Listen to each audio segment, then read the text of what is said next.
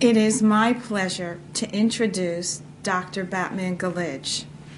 Dr. Batmanghelidj is a formally trained medical doctor who received his medical education and training at St. Mary's Hospital Medical School of London University. He has spent most of his scientific life researching the link between pain and disease and chronic dehydration. He discovered the healing powers of water 21 years ago when he was serving time as a political prisoner in an Iranian jail. And he successfully treated 3,000 fellow prisoners suffering from stress-induced peptic ulcer disease with the only medication he possessed, water. This is when he understood for the first time in medical history that the body indicates its water shortage by producing pain. Since his prison experience, he has focused his full time and attention on dehydration-produced health problems in the body. His discovery has helped hundreds of thousands of people suffering from a variety of pains and degenerative diseases regain their health.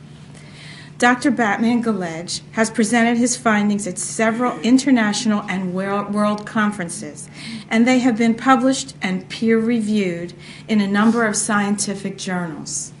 His findings are now available to the public in an easy-to-understand form in his 4 books, and his videotapes and audio tapes of his lectures plus combination programs. These health education materials have been peer and media reviewed and acclaimed both nationally and internationally. He is the author of 4 books, and they are Your Body's Many Cries for Water, How to Deal with Back Pain and Rheumatoid Joint Pain, Water, Prescription for a Healthier Pain-Free Life, and ABC of Asthma, Allergies, and Lupus. It is my pleasure to welcome Dr. Batmanghelidj. Ladies and gentlemen, Dr. Patel, it gives me a pleasure to be here and present to you once again my view or my discovery that chronic unintentional dehydration is the primary cause of pain and disease, including cancer, in the human body. As you know, I discovered this pain-relieving property of water in a stressful environment in a human laboratory, stress laboratory called Evin Prison, where people were involved, not animals or rats. They had tongues, they could speak, and they could indicate their relief, they could give out their symptoms, and one could evaluate the impact of water on their health and well-being. Evin Prison will probably be remembered throughout future history that we are going to make out of that event. A significant turning point in the life of mankind, not because the authorities there killed a lot of people, but because they produced a stressful environment where the human body could reveal its stress-induced health problems, and water could reveal its magical curative properties in stress-induced health problems. We are better off as a result of what they did because of this discovery than anything that was done in research of medicine for the past 100 years. Because since 100 years ago, when we in medicine, my predecessors, started looking at the science of medicine, the question was asked, when is the body thirsty. A man by the name of Maurice Schiff, a Frenchman, said that thirst is a general sensation, and tried to stress this issue that we should look at dehydration through different perspectives in the body. Then there came a doctor by the name of Walter Bradford Kangen, an Englishman. He said, no, thirst is indicated by a dry mouth. When the mouth is dry, the body is thirsty. So we should drink water when we have a dry mouth. He was a very influential person, and the scientific community and the medical community bought into this false statement. And 100 years of money and time has been spent chasing this false assumption. And when we should have 100 years ago learned more about impact of dehydration in the human body, we wasted 100 years, and today at the end of, or at the dawn of the 21st century, we are beginning to understand that the dehydration manifests itself in as many ways as we in medicine have invented disease conditions. We in medicine, not knowing that dehydration becomes symptom producing and lack of water in the body is pathology producing, we have labeled states of dehydration, complications of dehydration, as disease conditions, and most often diseases of unknown etiology, in other words, cause unknown. When the body has been calling for water, it has become a fixed tradition to give it medication, to give it toxic chemicals, without trying to stress this aspect of the flaw in our thinking. I would like to get into the lecture and explain how dehydration is the cause of disease in the human body. As our famous thinker of the time said, in order to solve problems, we need to up the level of thinking from the level of thought that created those problems. That is why we need to establish a paradigm shift in our mind and forget a lot of information that we were fed and we were forced to memorize in health matters and in science of medicine. 20th century medicine is based on 4 false assumptions. The entire monument of medicine, including this beautiful structure of Jefferson University Hospital Medical School, is based on 4 false assumptions. Dry mouth is the only true indicator of thirst, which it is not.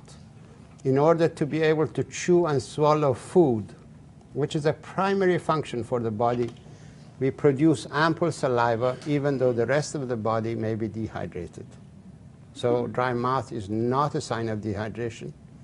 And as I will explain, people who've just eaten a heavy meal and within half an hour they start getting heartburn, they were able to swallow that food even though they were thirsty.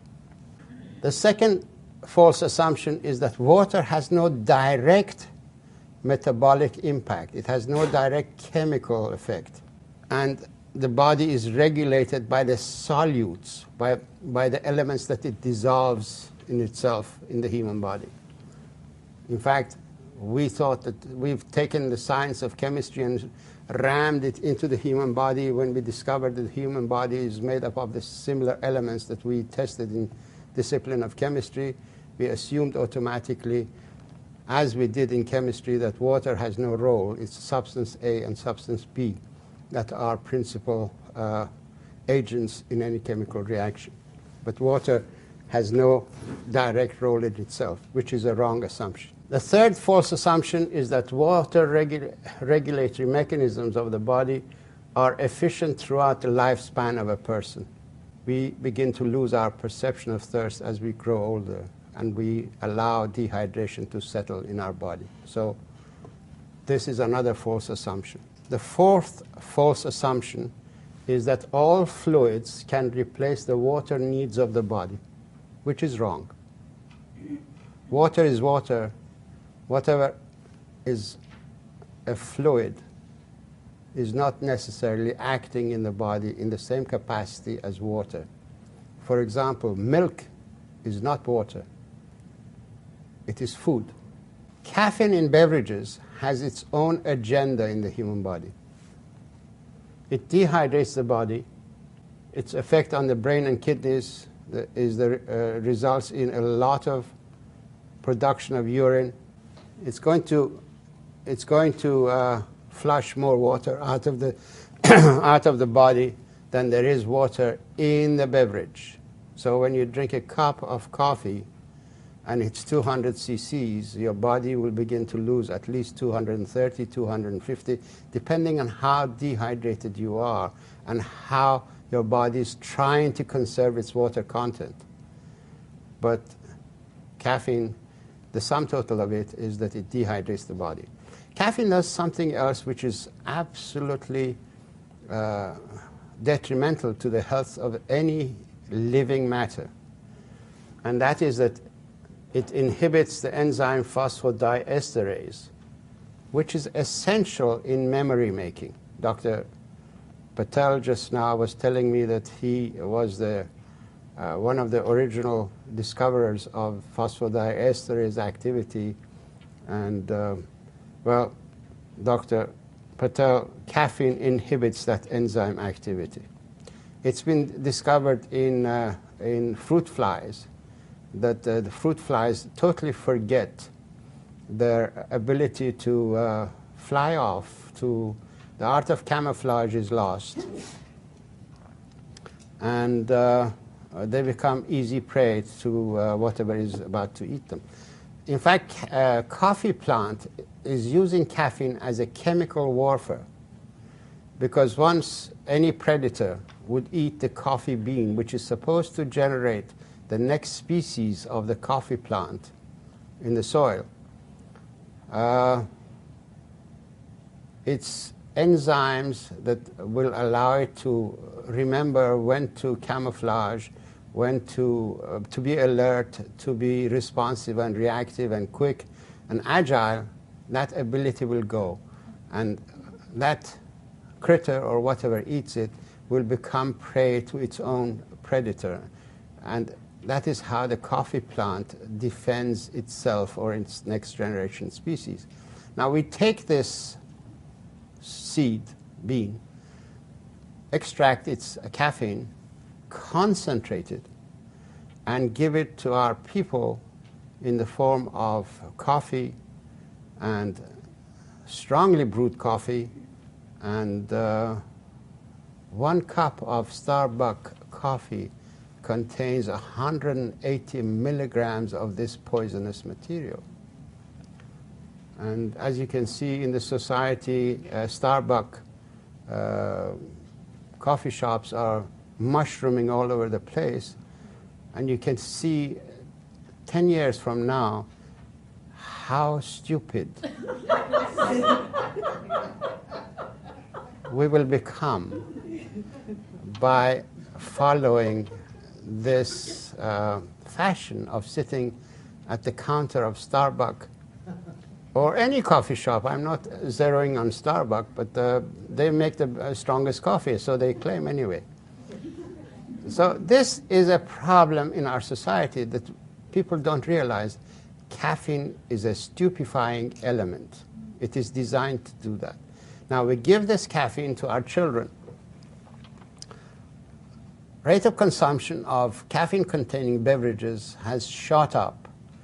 It is now 64 gallons per person per year. And children as young as 1.5 to 2 years are given sodas. Older people in hospitals, instead of water, are given sodas.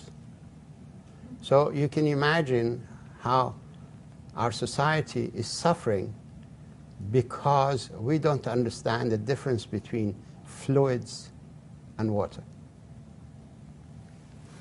Now, on top of caffeine, we are now producing diet sodas which contain this substance called aspartame as artificial sweetener, with the false assumption that anything that doesn't have energy and is sweet is okay, because the body is only storing energy that it gets in the form of sugar when we drink these beverages. Well, the false assumption is that we are not fooling the body, we are fooling our pockets and our health and our understanding of the human body.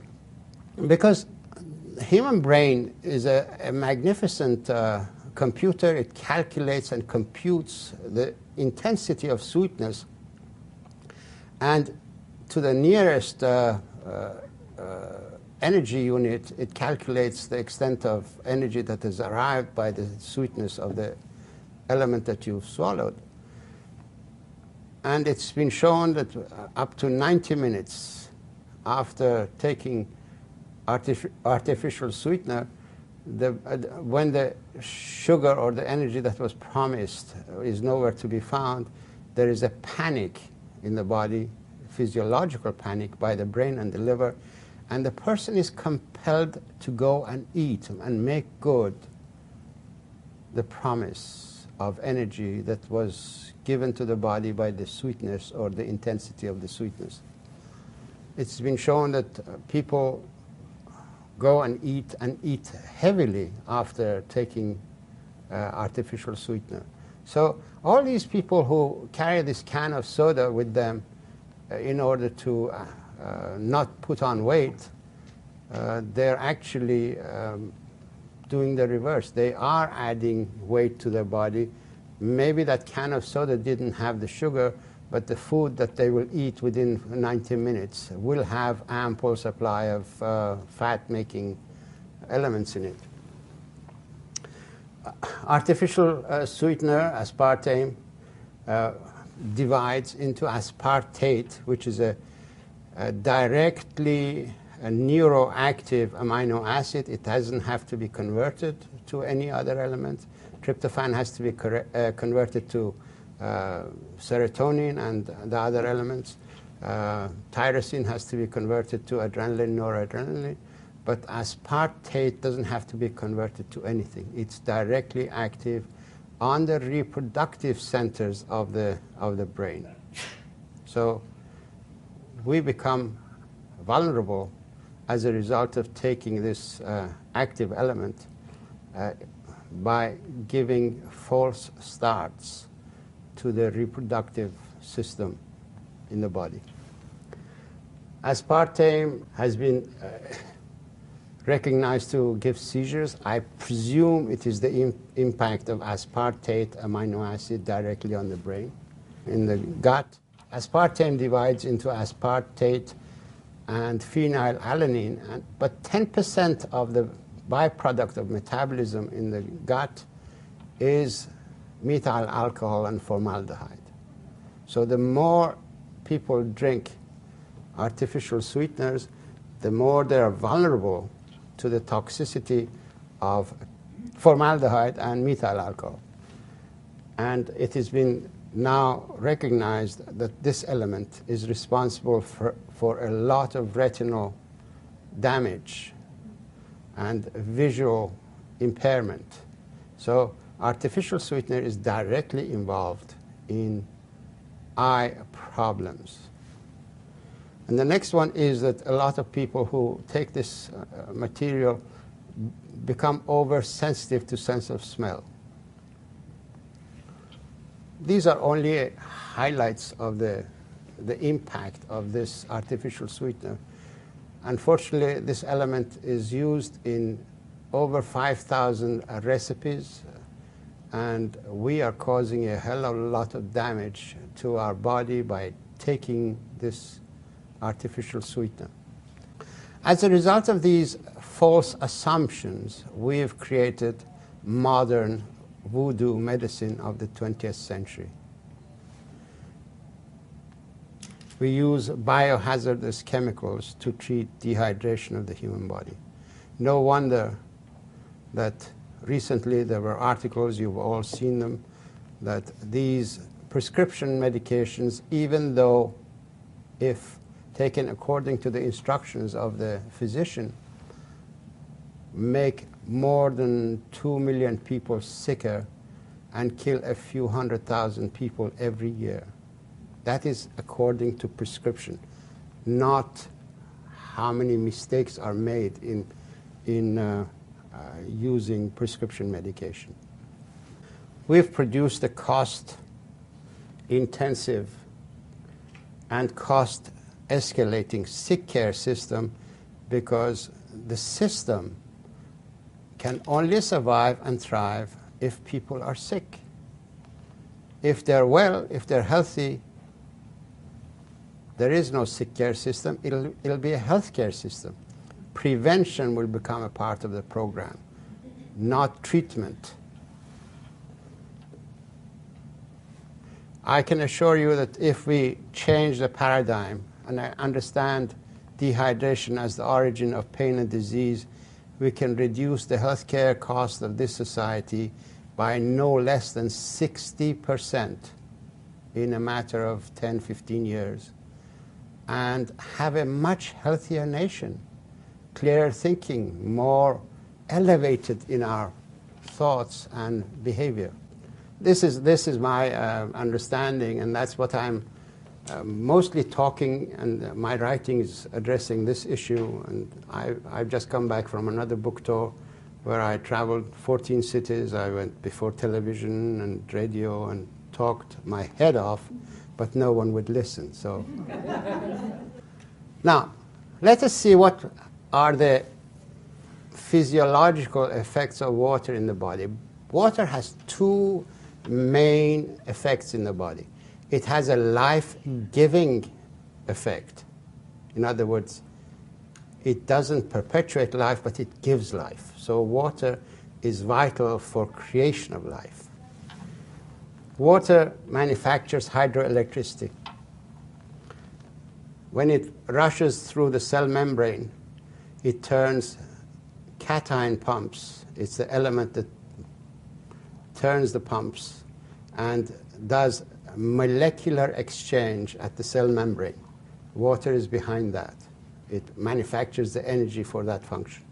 It manufactures energy for neurotransmission through the nerve pathways.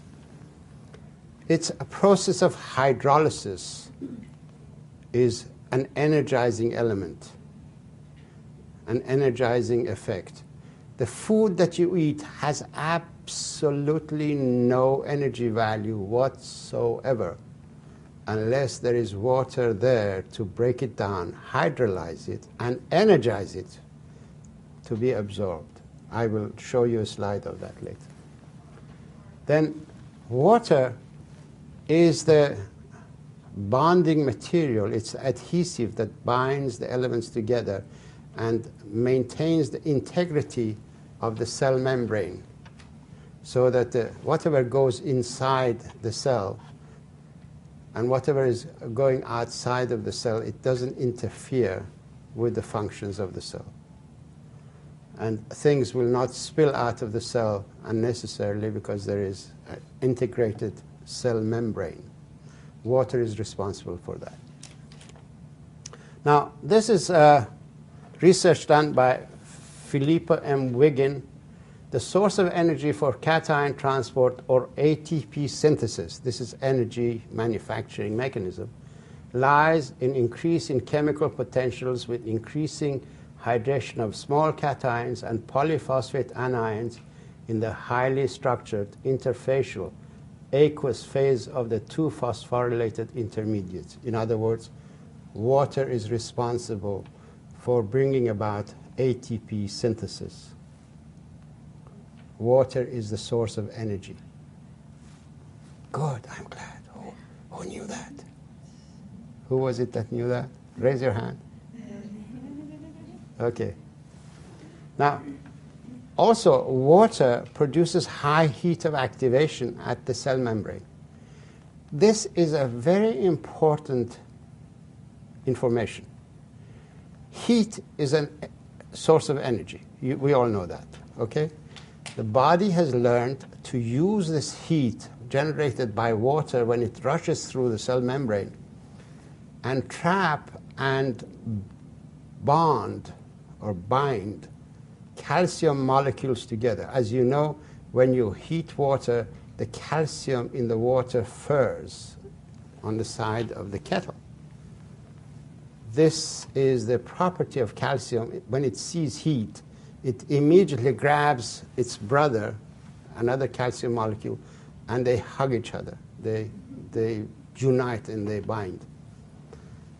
The body uses that heat in order to bind calcium atoms together. Because later on, the body also knows how to separate these brothers, calcium molecules, apart and release the ATP energy that is stored in the calcium bondage. So with this information, you all know now that your bones are primary reservoirs of energy.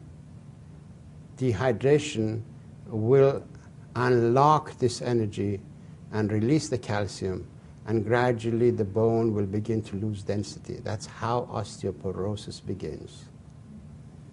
Okay? This is a very important piece of information, that dehydration is background to release of energy from calcium bondage, initially at the endoplasmic reticulum inside the cells, and subsequently gradually from the bone structure. Now, you all have heard of ATP. Magnesium ATP is the element that needs to be broken down for its energy to be utilized.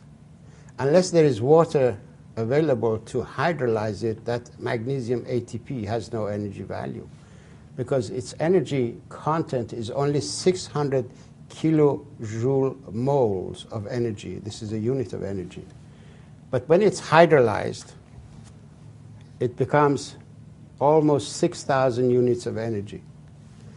So a tenfold increase in energy because of hydrolysis.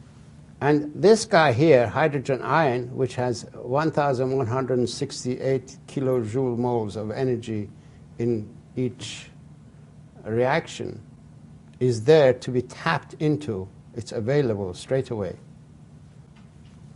Now, the next one is water is the adhesive material. This is a cell membrane. This is a well-hydrated cell membrane. This is a dehydrated cell membrane. I designed this slide in order to explain the difference. Water, in going through this unit here, binds the top of the tuning fork, because this is an element that is a hydrophilic cap and a hydrophobic bitail. There are two, each unit has got two tails. Water binds these together. That's how stickiness of ice comes into binding the cell membrane together. But immediately, once it gets into the main waterway, the bilayer membrane, it becomes again another structure of water. And in the process, these are hydrophobic elements begin to repel water, and they create a wave sort of a thing. And in this waterway, in this moat area between the two layers, is where all the chemical reactions in the cell occur. When something comes into the cell, an enzyme, it has to meet its substrate, its friend in arms, in order to perform a chemical reaction. It seeks it in this area. And these hydrophobic tuning fork vibrators, which cause stirring, will help it along in order to move and perform the chemical reaction more efficiently. Another important element is that in dehydration, the feedback mechanism, which depends on this activity, is shut down. So part of the process that occurs in dehydration is that the body, once it gets engaged in a chemical activity or a stream of activity or a cascade of chemical reactions, it gets stuck on there unless there is water to hydrate the bilayer membrane and allow the feedback mechanism to shut the chemical reaction off. This is something that's very important for control of all hormones and physiological activity that depend on feedback mechanism. Water is vital for that function. Now, when there isn't water available, something still has to stick these things together. That's where cholesterol comes in. Traditionally, cholesterol is a clay-like material that sticks elements together. The human body or any living matter, including bacteria that don't have nucleus, produce lipids, cholesterol, to bind things together. And when bacteria go into inactivity and are preserved for years, that is how they've done it. They completely shut themselves off. And this moat-like area also gets shut off because the elements go into one another and prevent any float laterally, sideways, so that reactions don't take place. Now, medical science is stuck on this aspect of water. Water has life-supporting functions. They completely forgot about life-giving functions of water. We concentrated on water as a solvent, as a packing material, and a means of transport. That's why science of medicine is incomplete. And on incomplete information, we have built a tradition that takes charge of people's health and not do well by them. The brain is 85% water, and the rest of the body is 75% water. In fact, I have a reference here by John G. Watterson, who is a physical chemist, and he's produced the role of water in cell architecture and explained that a brain is 85% water. And he's explained how water gels things together, how it becomes sticky like ice. Water, when it's compressed to a thinness or thickness of 2.5 angstrom units, it becomes sticky like ice. Brain is 85% water, and it's 1/50th of the total body weight, and the body is 75% water, but the brain takes priority, and that's why it allocates to itself 20% of the circulation. So brain has priority over water distribution because it has to perform physiological functions that are water dependent. It cannot endure dehydration, and that's why the brain becomes a reactive force in the body against the rest of the tissues in order to bring to itself the primary raw materials at the expense of all the other tissues of the body. The human body is packed with probably, I haven't counted them myself, but I'm told there are 100 trillion cells in the body, approximately. And each cell is a water-dependent species packed together within our skin. And we should consider our skin as the capsule of a water-dependent satellite or a space capsule of these water-dwelling species that have come on land. Each cell has a lot of receptors, whereas in our society we have these dishes that we use electromagnetic wavelengths in order to communicate between people and countries and societies.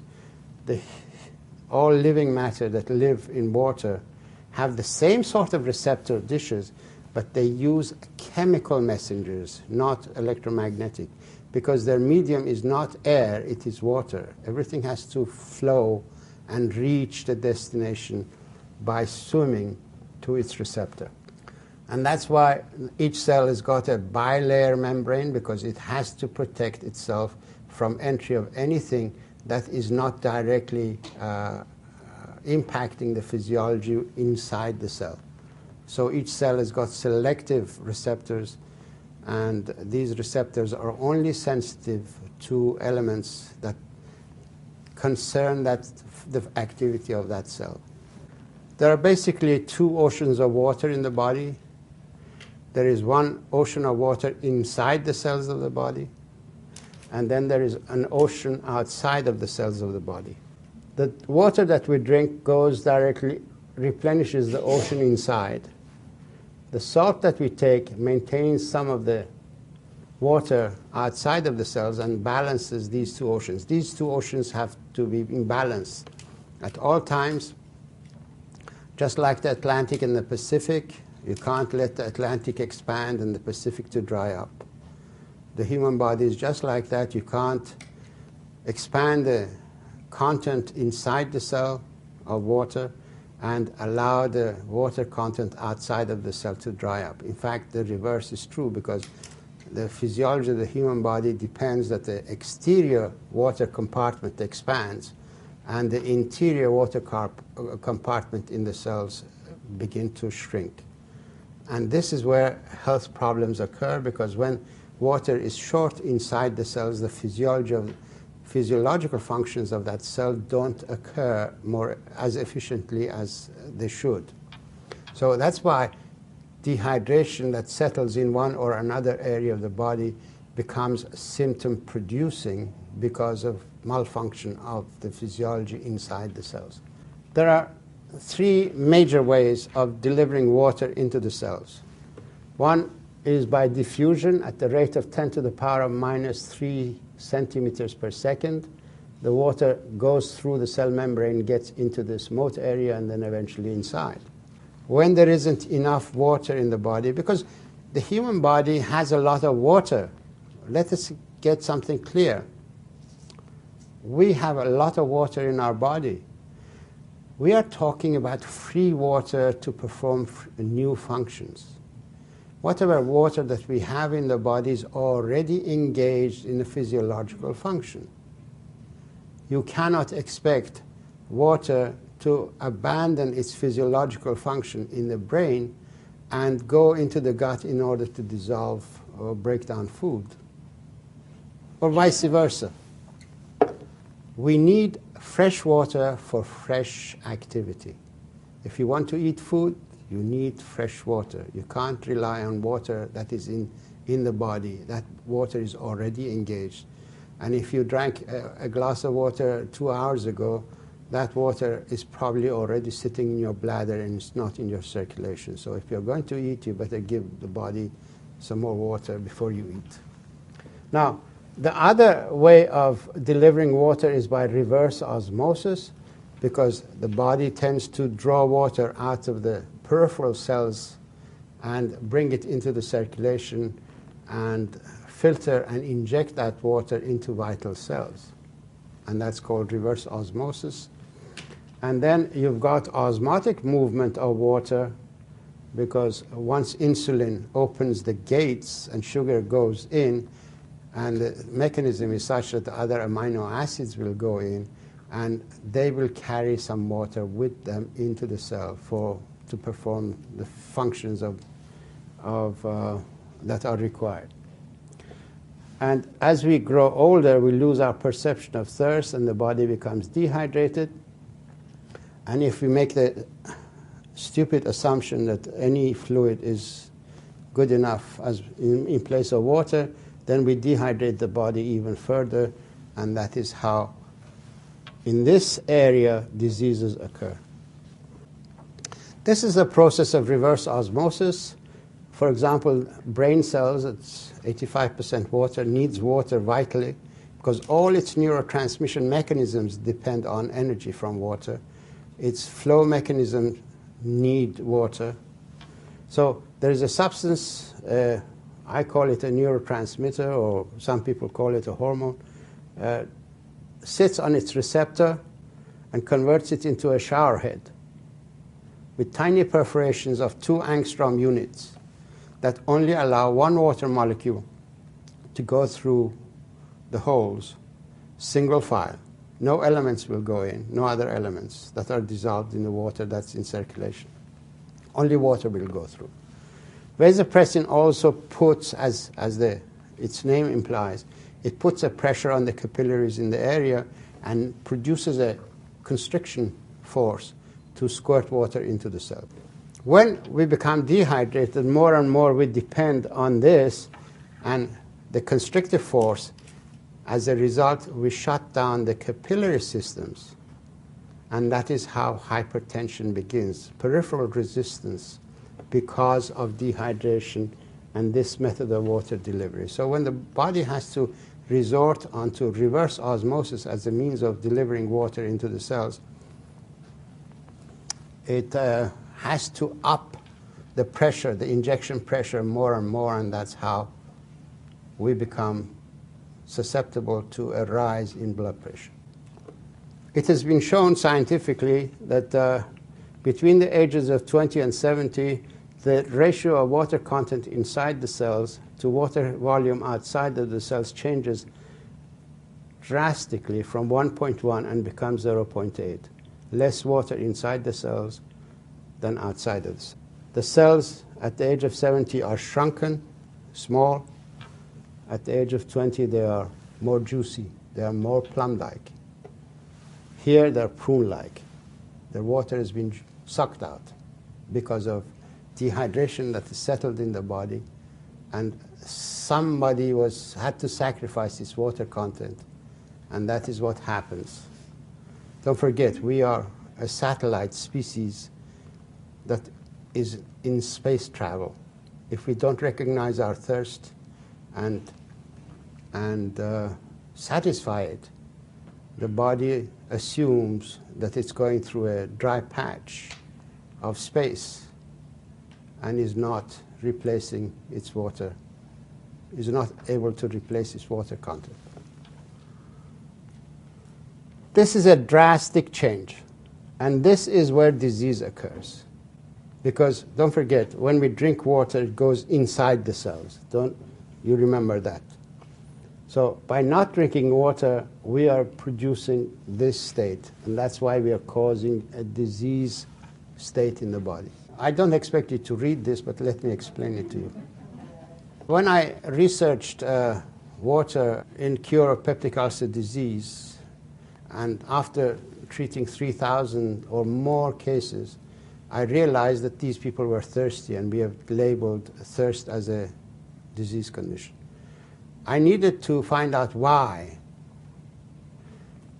All of a sudden it occurred to me that the pharmaceutical industry insists on blocking the action of histamine in peptic ulcer disease. That's why they've got H2 blockers, and such as Tagamet and Zantac. Why are they doing this, I said.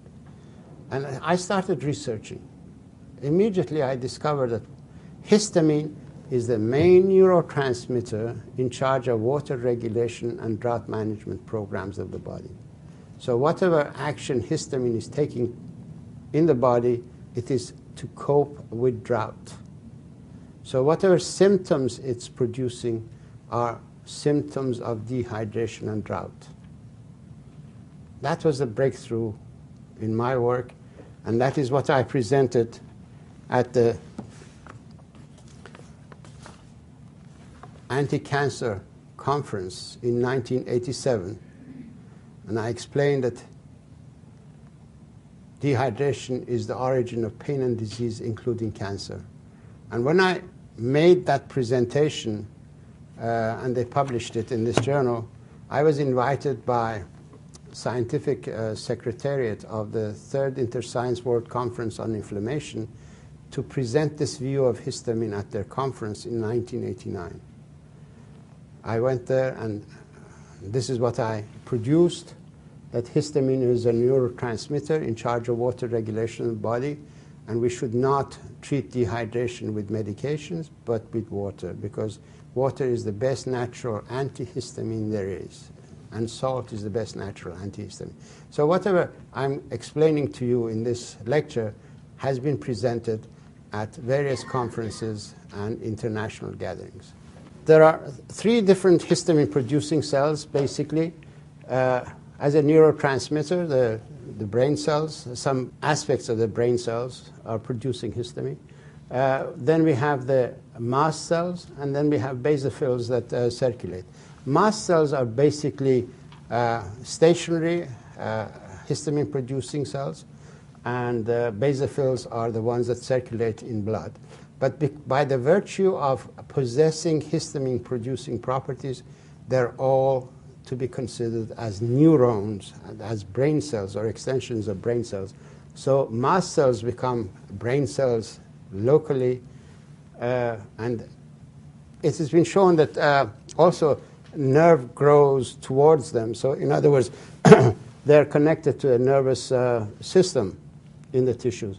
And then you've got the basophils that circulate. Water and salt are the best natural antihistamines. Not that we want to get rid of histamine, but we want to allay its anxiety that there is no water in the body, so that it doesn't overreact, because histamine can become very insistent. It is a ruthless neurotransmitter because survival depends on a very strict rationing system, and histamine exercises that strict rationing system in the body when it's dehydrated. Histamine is with us from minute one of life. This is a just fertilized ovum before it divides into two daughter cells in order to become two new cells that give life to a human body. This cell has got histamine-releasing properties. So histamine is a very important element in our lives from minute one of life. It regulates the cation exchange in the cell. It liberates energy for cation exchange. When water is not around, it brings circulation to the area in order for the cell to expand 75% of its volume in water before it can divide. Between the ages of minute 1 to 9 months, histamine regulates, and with growth hormone and mother's hormones, regulates the water intake of the cell, and of course placental hormones. And after childbirth, growth hormone and histamine, and at the age of 25 onwards, we lose growth hormone, but histamine is still active.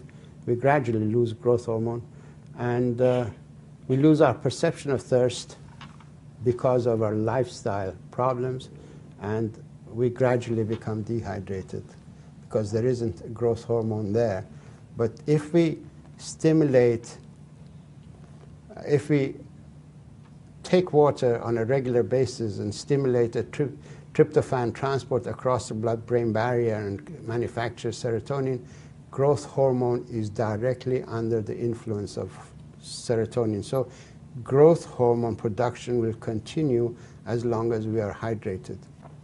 So what is the message of all this? It's persistent dehydration that causes pain and disease in the human body. Persistent unintentional dehydration reveals itself in as many ways as we in medicine have labeled as disease conditions.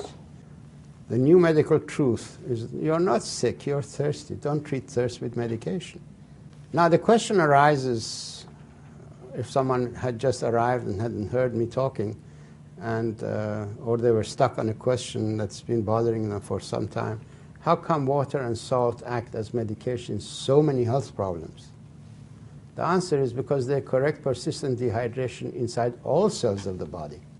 In dehydration, by the way, these are slides that were, permission was given to me to use by Elan Sun Star from Hawaii. They're magnificent slides of water. And this artist is focused on water for some time and produced a lot of good slides. And I've been given permission to use them in this capacity. Most important amino acids are used as antioxidants in dehydration.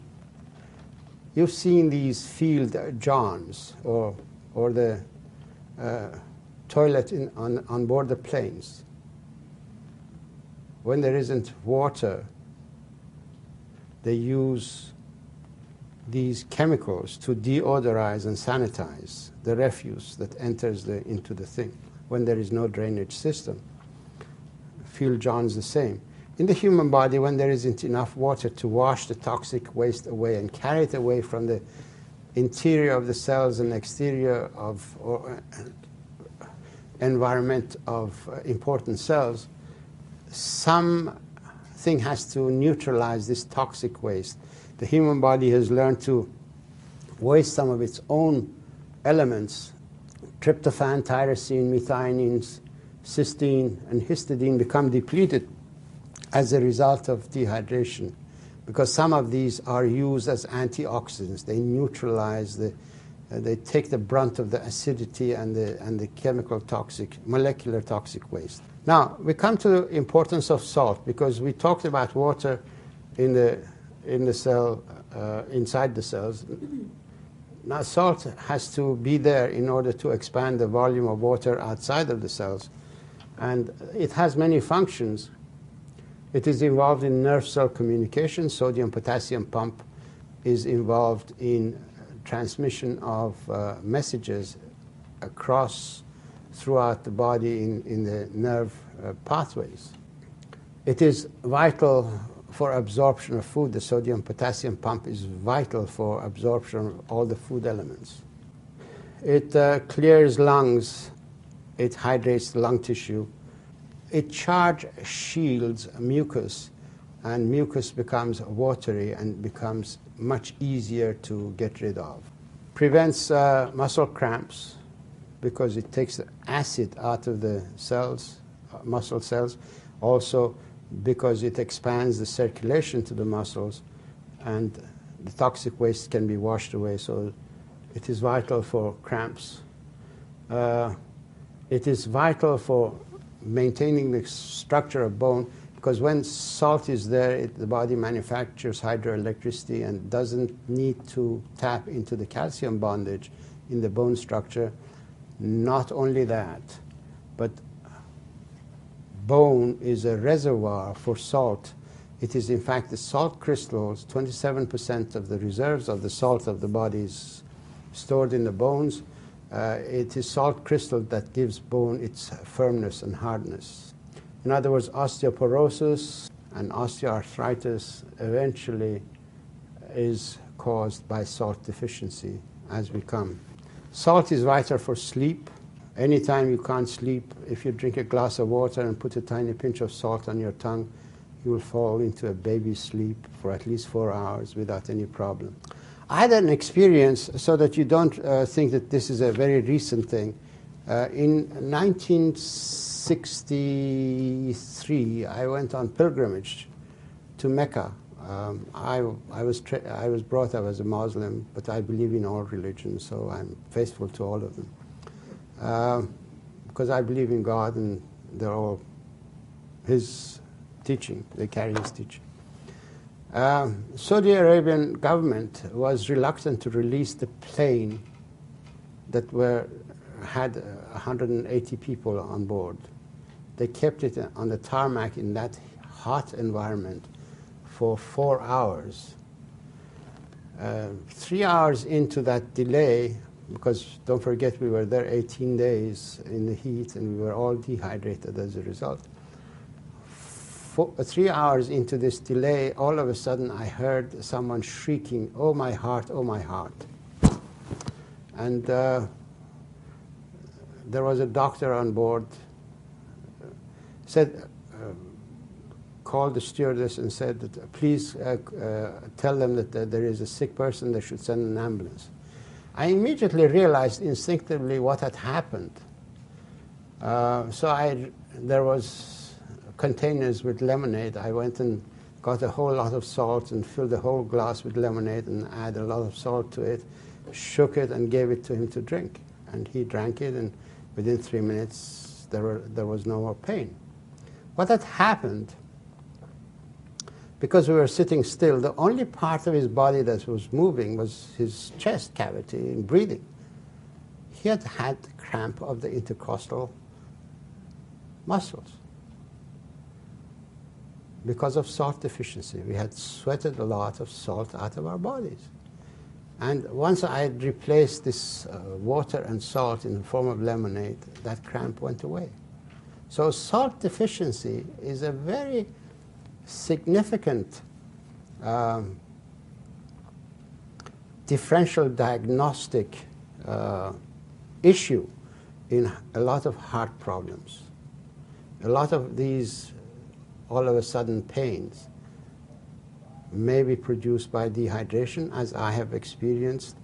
I treated a person with 3 glasses of water when his pain had begun at 1 o'clock in the afternoon after lunch. When I saw him, it was 11 o'clock. He was in real, almost semi-comatose state from pain. He wouldn't respond. I shook him. I said, "What's the problem?" He said, "My peptic ulcer disease is killing me." I said, "What have you done for it?" He said he had taken 3 tablets of Tagamet and a whole bottle of antacid, and nothing had worked. So when I gave him 2 glasses of water, within 10 minutes he started calming down. I gave him a 3rd glass of water. Within another 6 minutes, within 20 minutes, he was totally pain-free. So dehydration can mimic surgical complications or problems of surgical nature, because normally this person would have been rushed in America or in Britain. He would have been rushed to the hospital, and they would have opened him up to see what's happened. And of course they wouldn't have found anything because he was only thirsty. Salt is vital in extracting acidity out of the cells. In cation exchange, what happens? Sodium goes into the cell and hydrogen ion comes out. This is a silent activity. Then potassium goes into the cell and sodium comes out. So this is a cation exchange mechanism that you need salt in order to extract excess acid out of the interior of the cells and reduce, or rather take the acidity out and make the internal environment of the cell alkaline. Brain cells perform this function by having a lot of salt in their environment, because cerebrospinal fluid is no less than a very salty ocean of water around the brain. Salt is essential for balancing blood sugar. Osmotically, when there isn't enough salt, the design of the body is such that its sugar level goes up in order to osmotically draw water out of the cells and make it available for the brain, because the brain doesn't need insulin in order to metabolize the excess sugar. And water is essential for hydroelectric energy. Salt is vital for essential absorption of essential minerals. When we are short of salt, means we don't break salt down into sodium and chlorine or chloride in order to manufacture sodium bicarbonate, which is an acid neutralizer, and hydrochloric acid, which is poured in the stomach. Hydrochloric acid is vital for absorption of the essential minerals. Zinc, magnesium, manganese, selenium, copper, chromium, and molybdenum, in that order, depend on acidity inside the stomach in order to get absorbed. So, in other words, salt deficiency can directly cause mineral deficiency. That's why a lot of people in dehydration are both zinc deficient, magnesium deficient, and selenium deficient, and a lot of impotence is probably caused by this guy not being available as a result of salt deficiency. Water is vital. Salt and water are vital elements for integrity of the brain function. As you know, 85% water, the brain is. And all transport systems in the nervous tissue are carried in microstreams. There is a better slide of this will come. So dehydration is responsible for loss of essential amino acids and minerals, which are ultimately the cause of a whole lot of neurological disorders and brain damage. This is a single nerve in a large bundle. It has microtubes. Microtubes are perforated cation pumps that are stuck together side by side. These microtubes act as drainage pipes in the cytoplasm that has got organized water. So it draws water and creates an area of lower viscosity, and the transporter protein moves on the microtubes that generates hydroelectric energy for transfer of this vesicle of products which have been manufactured in the nerve cell itself, but has to be carried all the way down to the extreme nerve endings. Some of these elements are on passage for months before they reach their destination. And yet this is called the fast axon transport system. That is how water is vital for nerve transmission. You need to have the raw materials in position to perform a function. In dehydration, you deplete the raw materials that are required, and that's why people tire much more easily when they are dehydrated. In dehydration and associated achlorhydria, zinc, magnesium, manganese, and selenium are the elements that become depleted. Multiple sclerosis, amyotrophic lateral sclerosis, which is Lou Gehrig's disease, Parkinson's disease, Alzheimer's disease, and others strongly reflect some of these mineral and amino acid deficiencies. So dehydration and salt deficiency are primary elements that are required in order to prevent neurological disorders. If you want your parents, yourselves, not to suffer later on in life from Alzheimer's disease, remember, water and salt is probably the better medications for you, preventive medications, than anything you can imagine. And they're cheap, don't cost anything. Now, salt is vital for bladder control. How many of you know people who are truly incapacitated because they can't hold their urine? They always have to wear pads. Well, salt is probably the missing element, because a lot of people drink a lot of beverages that dehydrate the body and get rid of the salt. And salt is essential for smooth muscle to become strong. This is a lady whose letter is in my book, ABC of Asthma, Allergies, and Lupus. Her name is Dotley Reed. She is a poetess. She's a very intelligent person. She delivers spare parts. 8 hours sits in the car and moves from one service station to another, delivers spare parts. She always had to carry 3 changes of clothes with her because she knew that she would need them. She had no control over her bladder. She would leak. And she came across my information on salt and started increasing her salt intake. And within 3 or 4 days, she noticed a difference. Within 8 days, she was totally dry. And this is her quotation from the book. She says, "I have a weak bladder and had even taken spare clothing as I was sure they would be needed. I arrived with not a drop of anything on my clothing. I had talked myself off salt, a bad mistake." It's a bad, sad experience that 15 million people have that? I understand that there are this number of people who have this problem and bear it with a lot of grace, but unfortunately they are suffering. So salt is a vital element.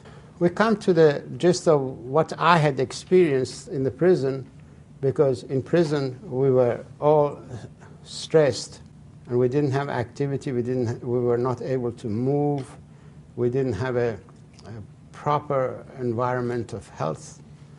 So I tried to find out what is the connection to dehydration.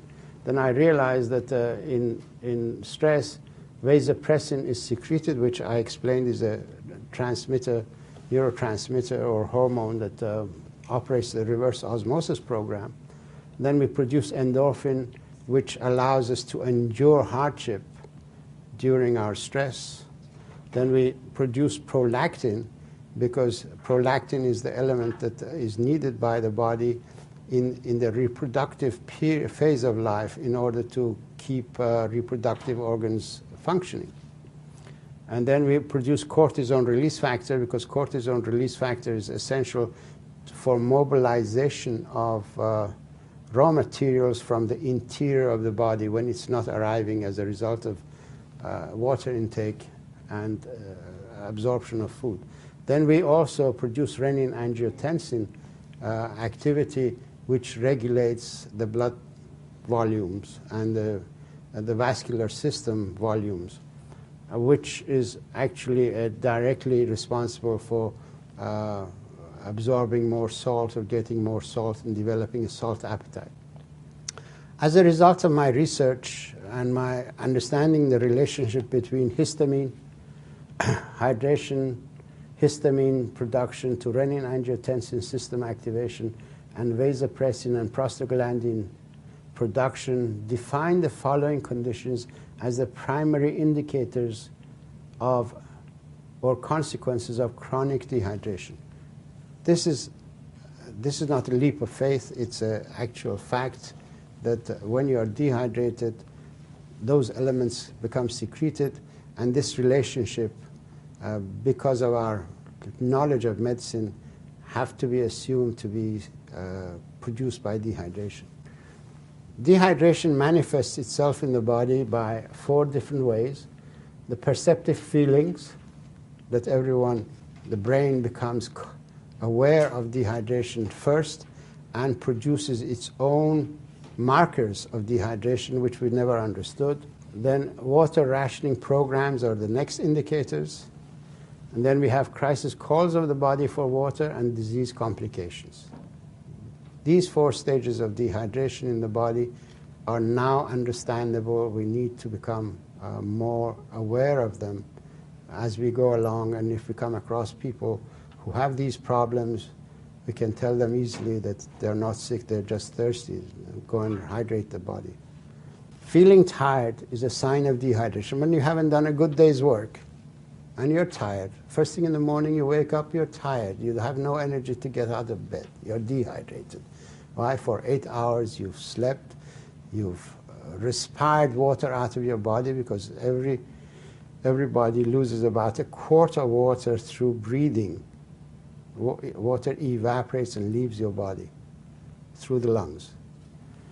And you've perspired under the bedclothes, and you haven't drank enough water for 8 hours, but you've manufactured urine which is sitting in your bladder. So you're truly dehydrated by the morning, and your brain cells, when they need energy of hydroelectric energy to be vibrant and alive, they don't have it.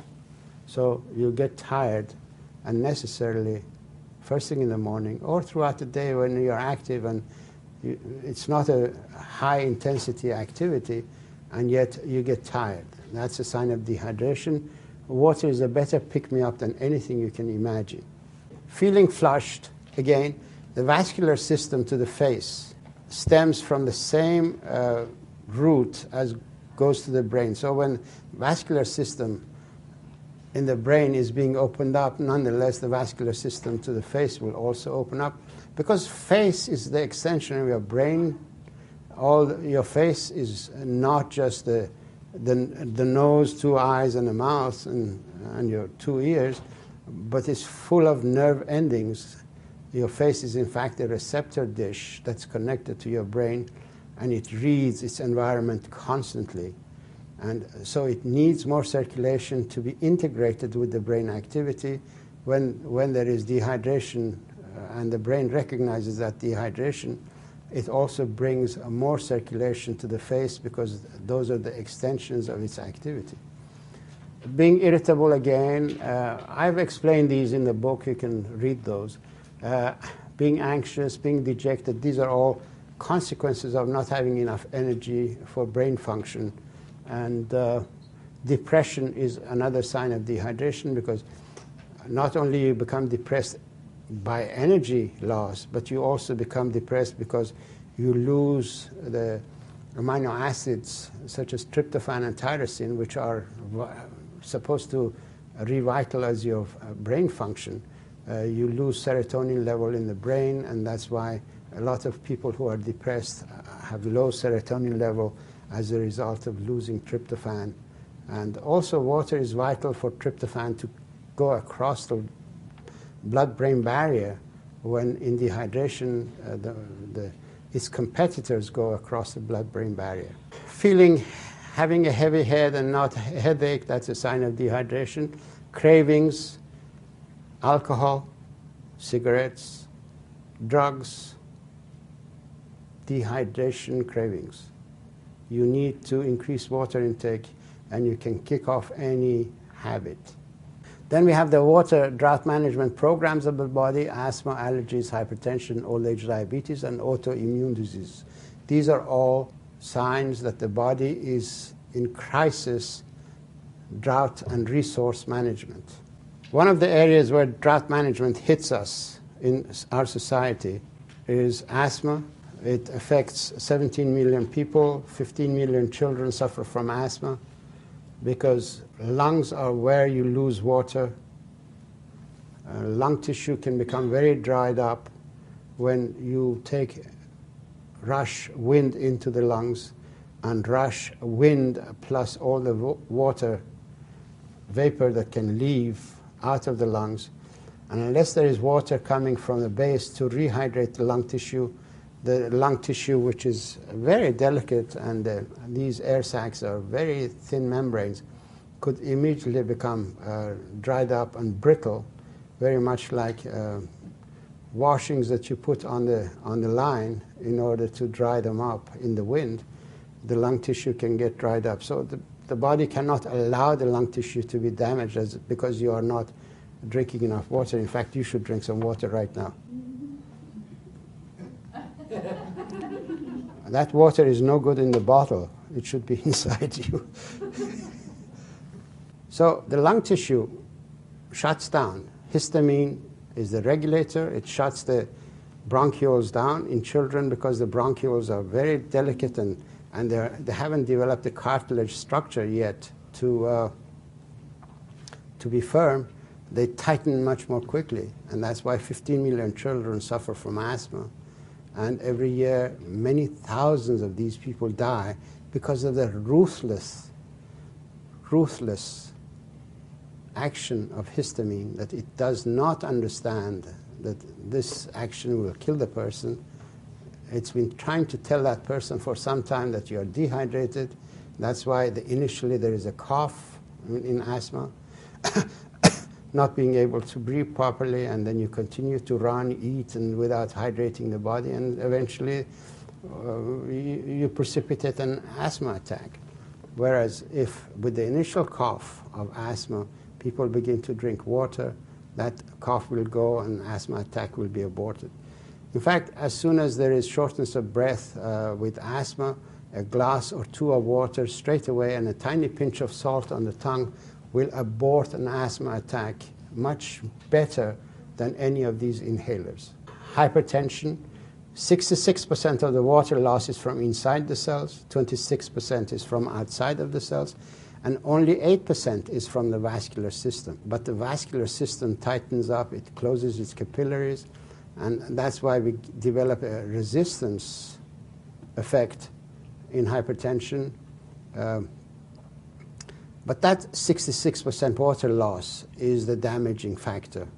In hypertension, there is reverse osmosis program going on, and that's what hypertension is all about. When the resistance increases, more force has to be brought to bear in order to force the water into the cells. And this drought management program and reverse osmosis is what the body is engaged in. We need to facilitate it by giving it more water and giving it more salt to expand the ocean of water outside of the cells so that this reverse osmosis program can take place much more easily in the meantime until we build up enough water that it can go through the cell by process of diffusion. Pancreas is another water distribution organ. It produces watery bicarbonate solution and injects it into the first part of the duodenum in order to neutralize the acid that comes out of the stomach. Pancreas also produces insulin that opens the gates, and sugar can move into the cells and as a result carry the other amino acids and water. This is an embarrassing situation when the body is short of water. So the mechanism that brings water to the pancreas in order to manufacture a watery bicarbonate solution more and more will shut down the insulin producing mechanism. In other words, prostaglandin E, which is the main subordinate water regulator to histamine, gets engaged nonstop in bringing more circulation to the pancreas, will shut down insulin production. So old age diabetes or type 2 diabetes is a condition of dehydration of the body. Once we begin to increase water intake and salt intake, we can reverse that. We can cure diabetes, type 2 diabetes. And type 1 diabetes, which is the mechanism that goes beyond it, becomes an autoimmune disease, as I will explain. Insulin-producing cells are destroyed. This condition, too, will benefit by increased water intake. The need for insulin will decrease drastically, and we prevent the secondary damage of dehydration, such as vascular damage and retinopathies and things like that. So these things will disappear. They will not occur because they are secondary damage produced by dehydration. Autoimmune diseases are insulin-dependent diabetes, just I explained, neurological disorders such as multiple sclerosis, amyotrophic lateral sclerosis, Parkinson's disease, lupus, muscular dystrophy, chronic fatigue, Hashimoto's disease, a whole lot of other conditions are produced as a result of a cycle that begins to establish in an area. The damage of dehydration occurs when cortisone begins to secrete a lot of interleukin-1 and depresses interleukin-2 production, which are two elements that the white cells produce in circulation in order to regulate their subordinate actions. Interleukin-2 stimulates immune system and interferon production, which are the defense mechanisms against bacteria and cancer and a whole lot of other things. In dehydration, to the point that we have to rely on cortisone activity, this element becomes destroyed or suppressed. Interleukin-1 is responsible for mobilization of elements from the body tissues themselves. This is a slide that I need to explain to you. Vasopressin that I showed you earlier is a cortisone release factor. It's a very strong cortisone release factor. It's a modulating cortisone release factor. When dehydration occurs in the body and vasopressin becomes more and more active, vasopressin produces cortisone release factor, and cortisone release factor stimulates interleukin-1 production. And this becomes a vicious circle. More and more occurs. At a certain level, a substance called interleukin-6 and another one, tumor necrosis factor, are secreted. These are the elements that take cells out of the system, they break them down, they fragment the interior of the cells, and the nucleus is broken down into segments that are refloated into the system and picked up by other tissues as primary raw materials that have already been manufactured in one or another capacity. It's like when a car is broken down, you take the carburetor of one car and put it in another car. These elements that are broken from the DNA are being used in other capacities. Now, interleukin-6 and tumor necrosis factor stimulate proteases in the body, and this is a part of the remanufacturing process. But if it gets stuck on the job with dehydration, it continues to the point of producing DNA damage and RNA damage and fragmenting more and more cells. At a certain level of fragmentation, the segments of the DNA that are produced or RNA that are produced have unfortunately been labeled as viruses, slow viruses, such as HIV, such as Coxsackie virus in chronic fatigue.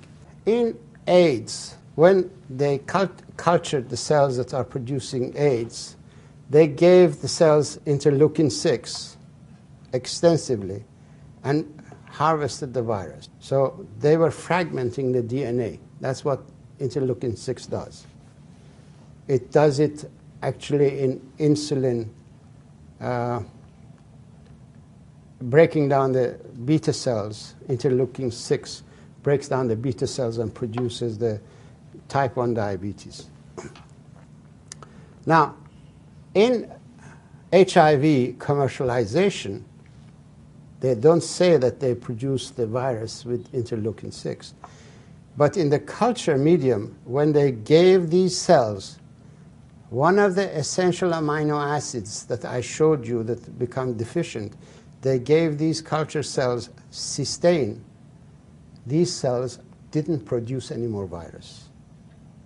So HIV virus is produced when the cell is deficient of an element, such as cysteine and zinc. Now, they have converted this half science into a money-making and people-killing process we call AIDS research.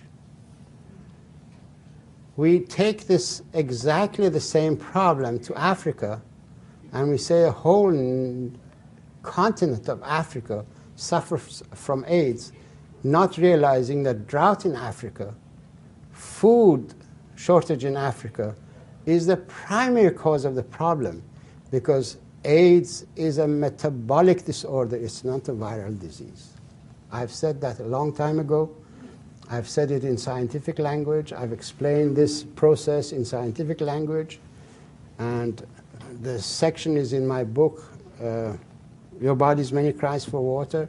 It is on my website, watercure.com, so that the world will know AIDS is a fraud. Position on AIDS is a fraud. The pharmaceutical industry is perpetrating fraud against society.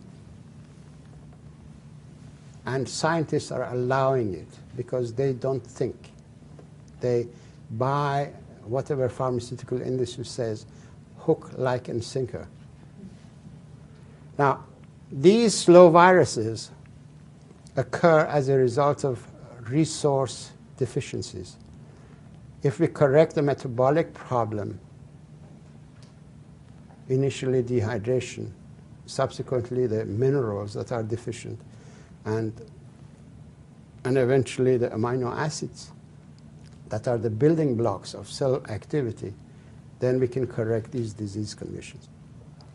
The emergency calls of the body are early morning sickness of pregnancy, dyspeptic pain, migraine, headaches, angina, rheumatoid joint pain, back pain, intermittent leg pain, colitis pain, and fibromyalgic pain. Pain occurs in the body when the body becomes acid. If you've got a urine that is light yellow, urine should be actually colorless, almost colorless, but up to light yellow is acceptable. But when it becomes orange, then your body is getting acid. You need a pH of 7.3 to 7.1 in the blood, and 7.4 inside the cells. When you alter this by dehydration, not drinking enough water to wash the acid out of the body, and the interior of the cells become acidic, you don't have enough sodium to take the acidity out of the cell, then you build up the acid which damages the DNA. So this is a primary problem. But before this occurs, acid converts prekallikrein to kinin inside the cells. Kinin is a pain producer. When the body becomes acid, you produce more kinins in the cells. Nerve endings in the environment where you have high acidity register this chemical environmental change with the brain, and the brain registers it with our conscious mind in form of pain. Meaning pain is a sign of high acidity when there hasn't been enough water in circulation to wash the toxic waste away. That's why pain is a limiting factor. It's telling us, don't create more acid,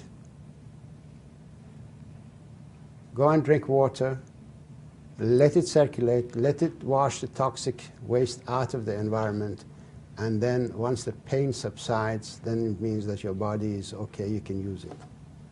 This is what pain means, high acidity in the body.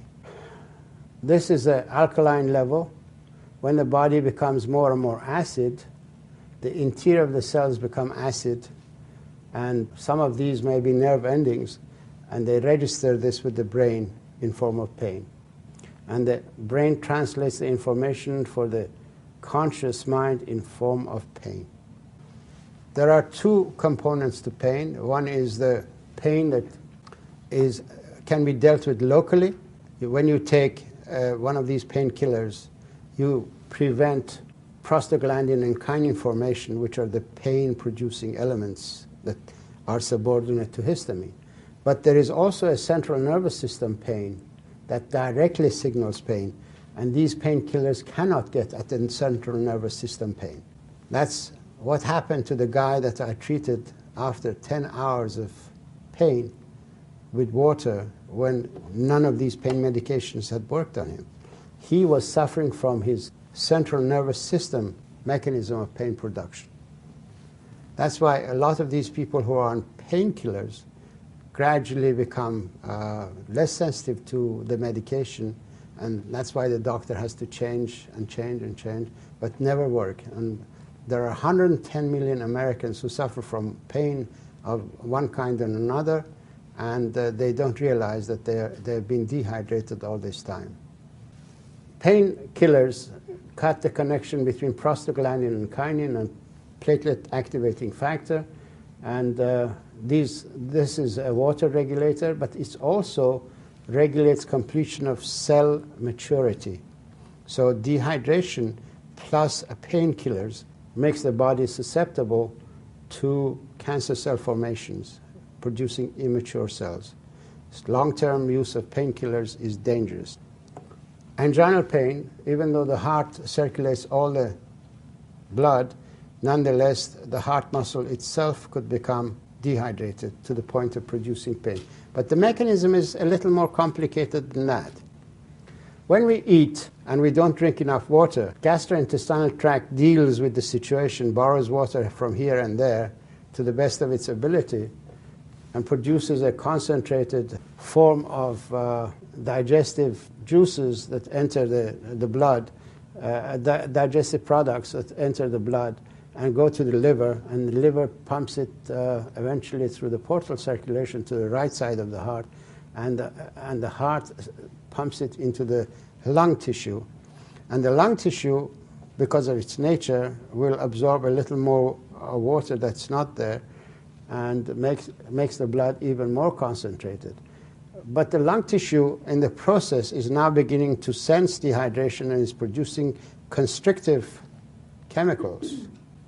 These constrictive chemicals, if they spill over into the circulation and go to the left side of the heart, they will have exactly the same impact on the vascular system of the heart and produce a spasm of the coronary artery. And this, in my opinion, is the cause of pain. That is the cause of anginal pain. But also, this concentrated blood will begin to draw a lot of water out of the membrane cells.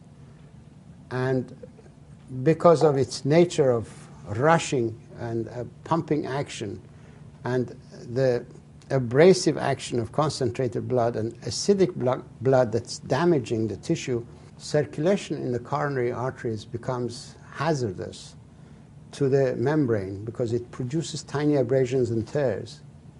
And unless something covers up these abrasions and tears, the blood will find a lip in one of these tears and peel the membrane off and throw it as an embolus.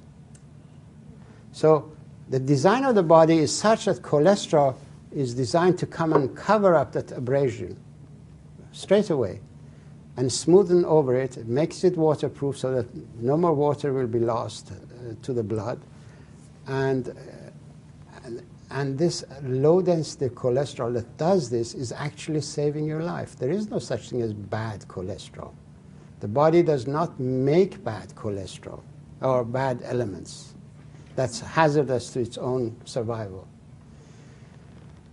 The medical community doesn't understand this and buys into the slogan of bad cholesterol and the pharmaceutical industry's fraudulent use of society as cash cows for its products is pushing the use of cholesterol-lowering medications. They fail to explain to the society that we measure the level of cholesterol in the body in the blood that we take out of the veins of the body. And nowhere in the history of medicine is there a record of cholesterol ever having blocked the veins of the body. So if this bad material was going to spill over and stick to the walls and block the system, it should do so more readily in the veins, because the vein flow is a float mechanism. It flows upwards. It's not pumped. And in this situation, the cholesterol would be able to stick to the wall more readily, but it doesn't. So that is not the function of cholesterol. Cholesterol is saving our lives by being the grease gauze, the adhesive bandage that sticks to the tears and wears and tears of the arterial system that are produced by concentrated acidic blood that rushes through these elements. So beware, cholesterol-lowering medications are dangerous. They are not helping you. They're in fact causing a lot of liver damage. A lot of people are now suffering from liver problems as a result of buying into the idea that cholesterol-lowering medications are essential for you. Joints, another one. Cartilage retains a lot of salt. It needs a lot of salt in order to keep water. Water is the lubricant in the joint.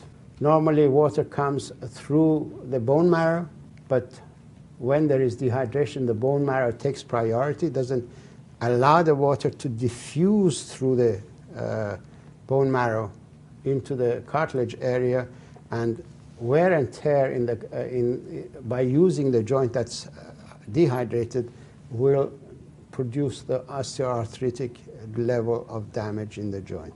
So water and salt are the better medications for arthritic problems, because salt is vital for cartilage. Cartilage and the discs of the back, spinal column, retain a lot of salt in their structure and maintain a lot of water, and that's why these elements are not only the lubricants, but they are the shock-absorbing elements.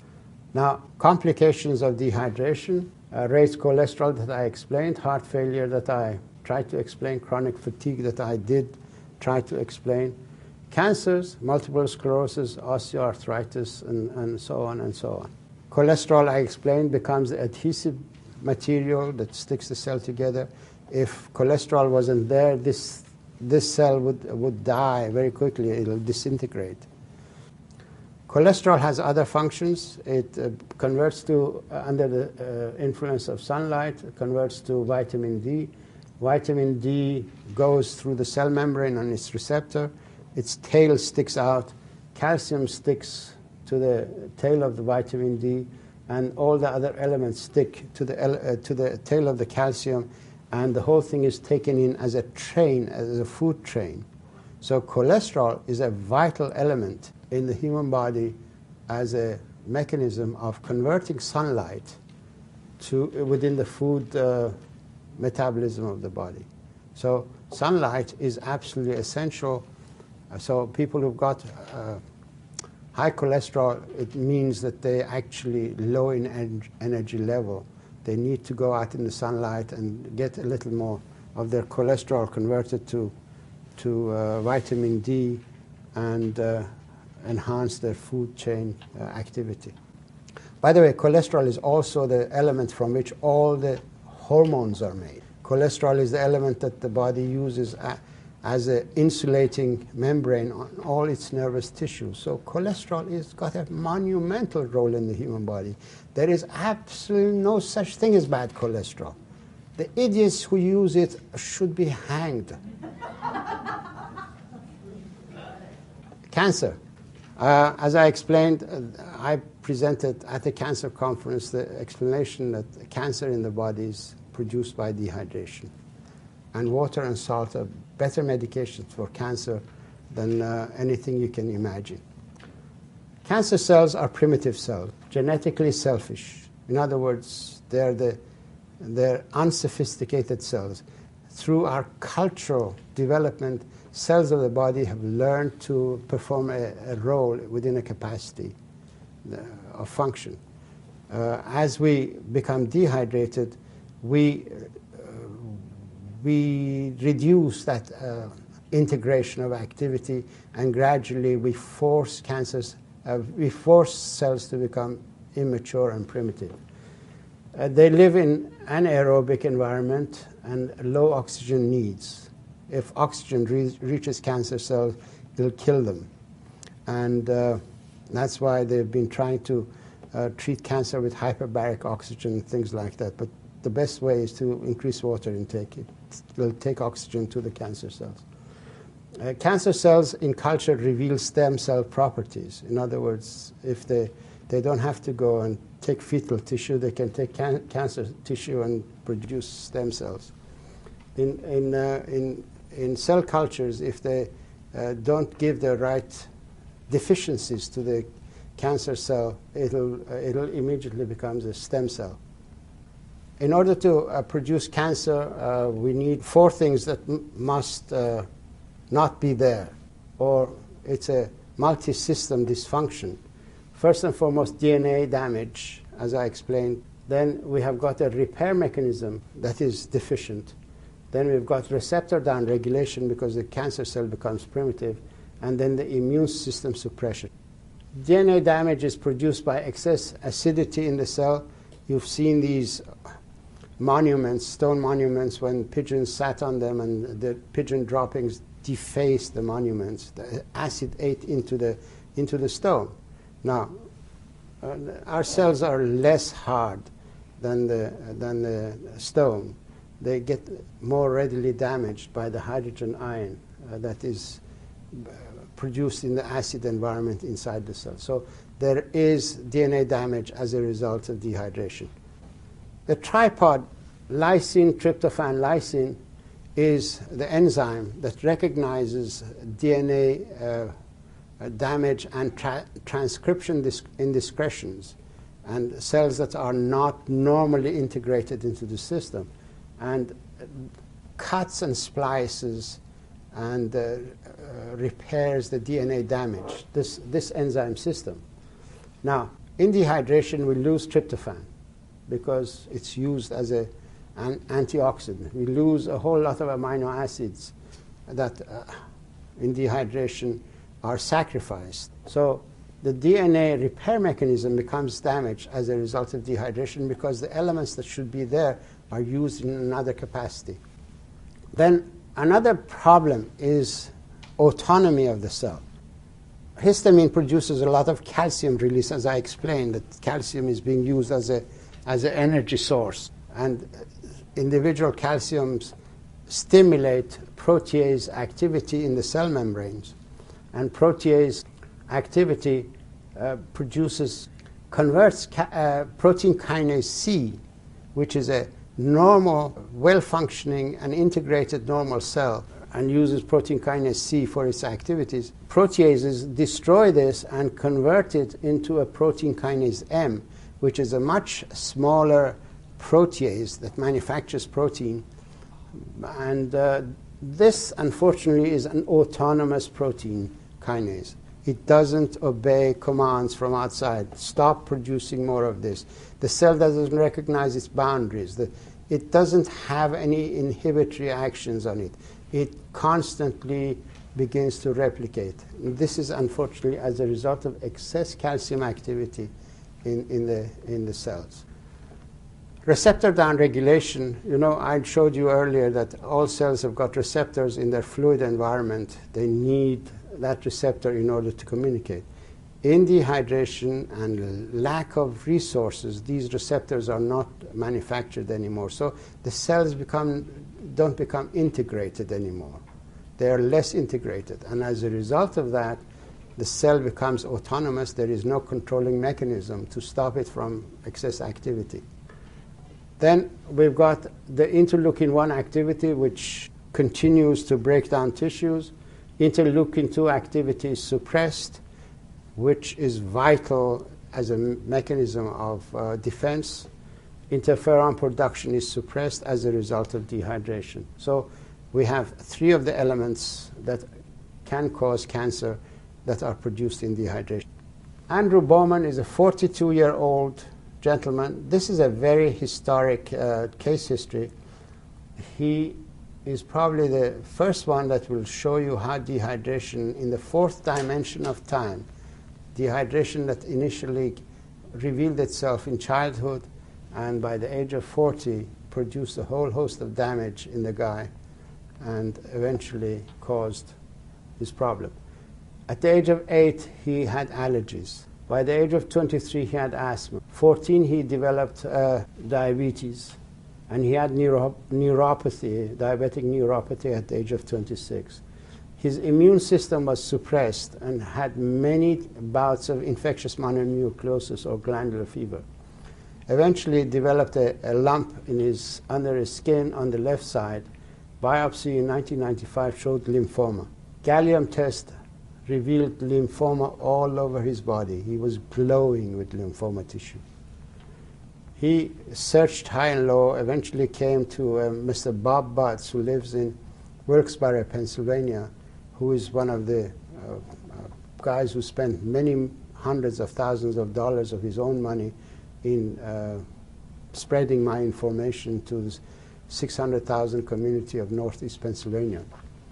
He advised Andrew Bowman to go on the water cure. In 95, he started the water cure. In March of 96, he went for a gallium test. There was no cancer tissue left anywhere. And he is now 6 years cancer-free. He's one of the guys who's going around and teaching a whole lot of people about dehydration and lymphoma. Breast tissue is the water fountain for the newborn. It has to be primed all the time. One of the things that keeps it primed is prolactin. As I explained, prolactin is a stress hormone. It's not in itself a stress hormone, but in stress it becomes more and more produced. It has been shown that prolactin activity can produce mammary tumor in mice. Now, prolactin is activated, exacerbated in dehydration, stress, and aspartame, artificial sweetener, can cause prolactin increase, and that is why we develop cancer. In more and more of cancer in our society, not knowing that there is a connection between breast cancer that's rising in the society and consumption of diet sodas. This is Dr. Lorraine Day. I've got her permission to show this slide. You can go to her website, drday.com, and see the same thing. And she developed cancer of the breast, did a lumpectomy, but cancer was all over her body. She's a doctor of medicine herself. She was 15 years the head of orthopedic department of San Francisco General Hospital. She's a magnificent doctor, a surgeon. But once she developed cancer, she realized that she's absolutely no hope with her orthodox or the method that she used to treat cancer herself, because she had seen the result of chemotherapy, X-radiation, surgery, and whatever, and cancer was never cured that way. So she decided to go into alternative medicine. She started taking a lot of vegetables and changing her lifestyle, gave up medicine. In fact, she was forced because she became so sick that she was bedridden. All this time she was taking alternative routes. Then someone sent her a copy of my book, and she read it, and all of a sudden the whole thing dawned on her why she had developed cancer. She started increasing her water intake to about 16 to 20 glasses of water a day, plus the diet. Within 3 or 4 or 5 days, she felt much better, and within 3 weeks, she was able to get out of bed and walk, and she's never looked back. Her cancer has disappeared. This is an older picture of hers. She's now 7 or 8 years cancer-free. And this is her statement. Dr. Batmanghelidj's discovery regarding water was critical to my recovery. I could not have recovered without it. Wells Jackson, Air Force officer in Germany, in 1999 develops a routine test, shows 4.6 PSA. Biopsy confirms that he has cancer of the prostate. Comes to Walter Reed in January of 2000. Biopsy PSA is by then 5.7. Walter Reed again tests him, and they confirm tumor. He does not buy into the idea of chemotherapy and X-radiation or seeding or surgery, and opts for hydration in place of the January. His PSA came down to about 3.5 within 3 months. Then he went back onto his old lifestyle of drinking beer because he was in Germany, drinking a lot of coffee because he's got 3 coffee plantations, and PSA went up. I told him that he can't do that. He needs to make his body alkaline instead of acid. So he listened to me, fortunately, and within a month, his PSA came down again to 3.5, and he's been 3.5 when he was again interviewed or tested at Walter Reed, and he was totally cancer-free. He was told to go home and come back in a year's time without anything. So water and salt are better medications for cancer treatment than anything you can imagine. Why do we develop cancer of prostate? Because prostate gland contains a lot of acid phosphatase, which is an enzyme system that becomes stimulated in an acidic environment and produces more protein. So the prostate enlarges in acidic environment and eventually produces cancer in acidic environment. If people have got cancer of prostate, they need to make their body alkaline. Any form of cancer, you need to make your body alkaline. I will explain how to do that. Water is the best mechanism of making your body alkaline. It washes the acid out of the body. You manufacture urine, and urine will take a lot of acid out of it. In order to bring the acid, extract the acid out of the cells, you need salt. I'm showing this salt shaker, but I don't really mean that you should take table salt. You need unrefined salt that contains all the other elements in it. There are 82 elements in sea salt. The manufacturing companies wash these elements and sell them separately at high prices and give you the sodium chloride, which doesn't serve the same capacity as all the other elements that should be in salt. But nonetheless, even in this capacity, this table salt should be taken unless you've got the other kind of salt. you need the other minerals, and you can get those other minerals from fruits and vegetables. We need half the body weight in ounces of water. In other words, a 100-pound person needs 50 ounces of water. And for every 10 glasses of water, we need at least half a teaspoon of salt. Half a teaspoon of salt is 3 grams of salt, 3 to 4 grams, depending on the size of teaspoon. And the better formula is a quarter teaspoon per quart of water in order to maintain the balance between the intracellular and extracellular fluid volume in the body. If we are active, we need more water, we need more salt, because we perspire and respire and we get rid of salt. In hot climates, we need more water and salt. If we eat heavy food, we need more water and less salt, because heavy food probably has, if you're eating meat and things like that, has a lot of salt in it. So please listen up. The best solution in life for maintenance of health is in adjustment of water and salt intake to the optimum level that your body requires. Anytime you feel tired, drink a glass of water, not anything else, because water is a better pick-me-up than anything you can imagine. And water will open up your brain function. Your brain will function infinitely better under proper hydration than in dehydration. 3 elements will bring you health: adequate water intake and salt intake. You need daily exercise. Daily exercise is vital, because your muscle movement regulates the physiology of your brain function. Very simply put, when you move your muscles, not only you recirculate the blood from your lower extremities, because your legs, the muscles of your legs are your secondary hearts. Your heart pumps the blood in your arterial system. Your calf muscles will pump the blood in your venous system. So you need to walk in order to bring circulation back to the heart, and also let the lymph flow. That's how the whole mechanism takes place. And exercise has another function.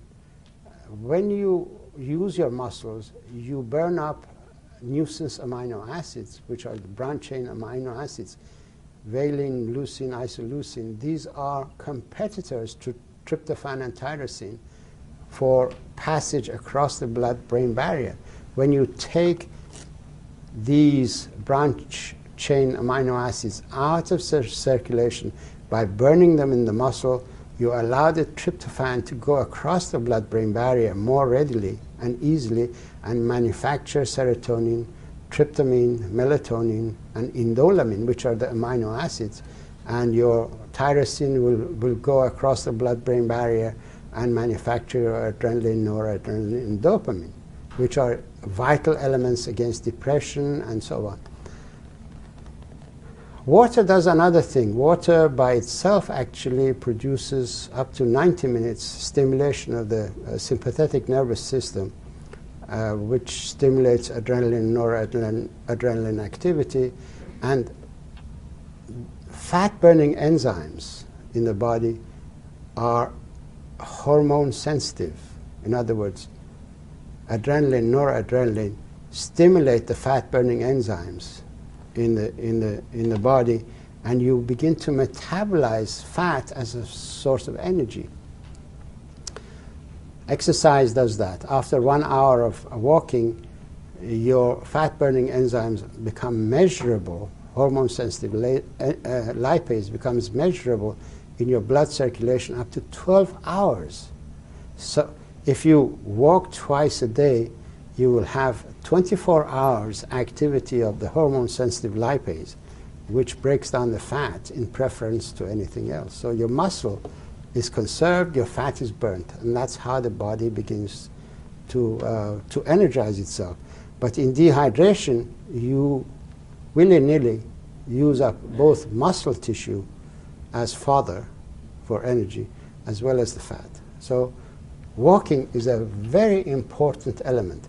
And also when you walk, you hydrate the spinal discs, and your back pain will disappear, your body becomes upright, and also breathing is essential part of walking, because in breathing you make your body alkaline. Every time you pass carbon dioxide out of your body, you make your body alkaline.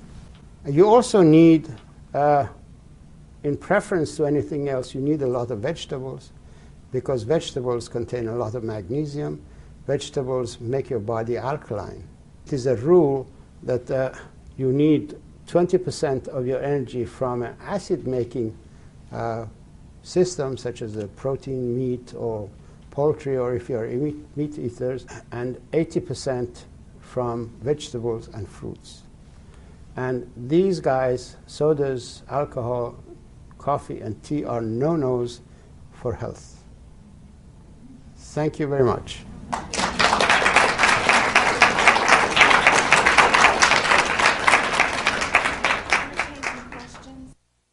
I've worked in numerous nursing homes over the years, and I've seen a lot of patients with stroke and high blood pressure and a lot of different ailments that I've heard the doctors would probably consider what you're saying kind of controversial. Heresy. They wouldn't call it a contradiction. They'll call it sacrilege. They'll say he's a heretic. He should be quartered. He should be shot. He's robbing us from our income. In addition to that, they've always said that high blood pressure is one of the silent killers of black people. And the idea of using salt, I'm one of those people who have a sort of a low salt diet, and I'm just curious, how much salt would be appropriate? The standard requirement of the body is at least 3 to 4 grams of salt a day as a minimum, because your body has a mechanism of retaining salt. But if you don't give it enough salt that it could retain, then your body can become salt deficient. Even cardiologists, standard understanding is that salt is a most important element. In fact, in the handout that I've given you, there is a recent report published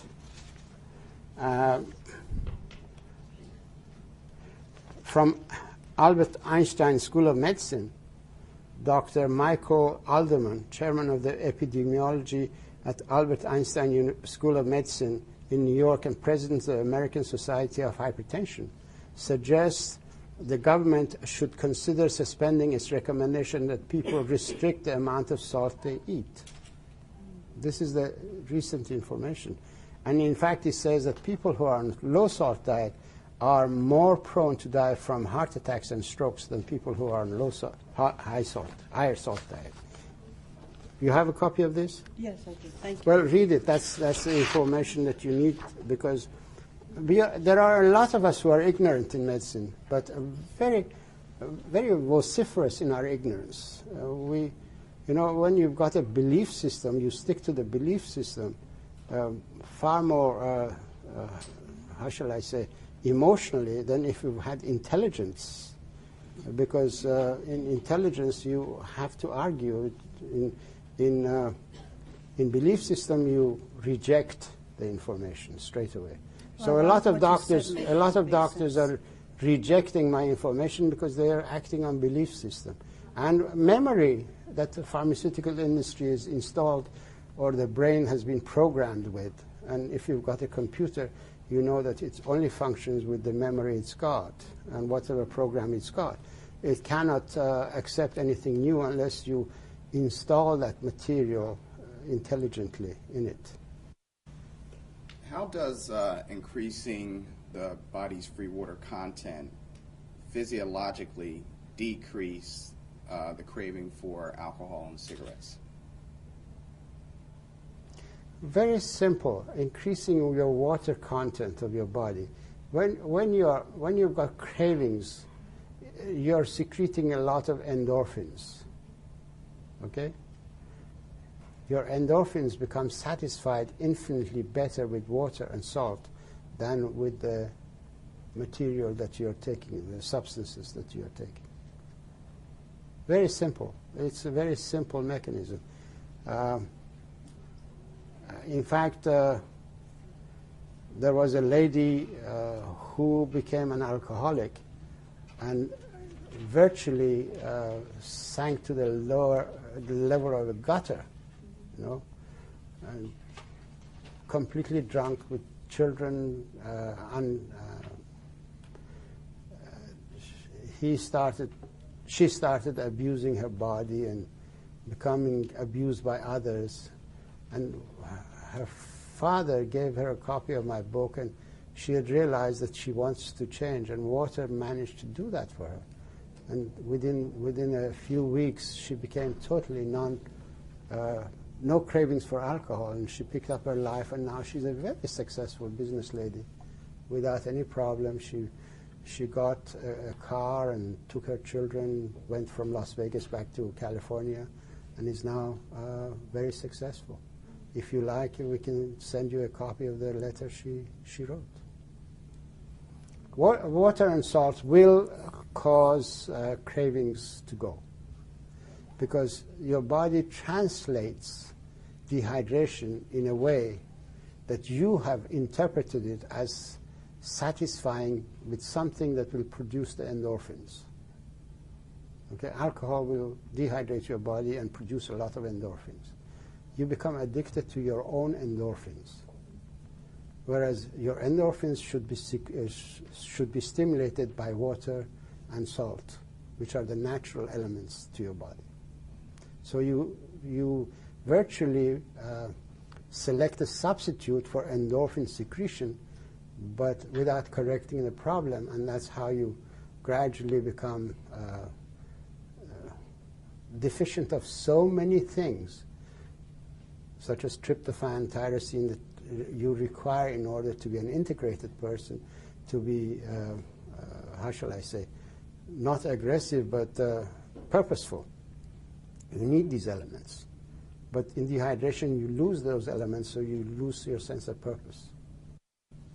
Dr. Pratap, it will be my pleasure to answer any question you've got. No, in your book, someplace you have written regarding government is using something for warfare. What is that?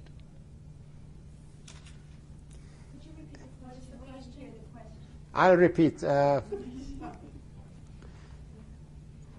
He's referring to a research that has been done by a doctor, and he's come to the conclusion that electromagnetic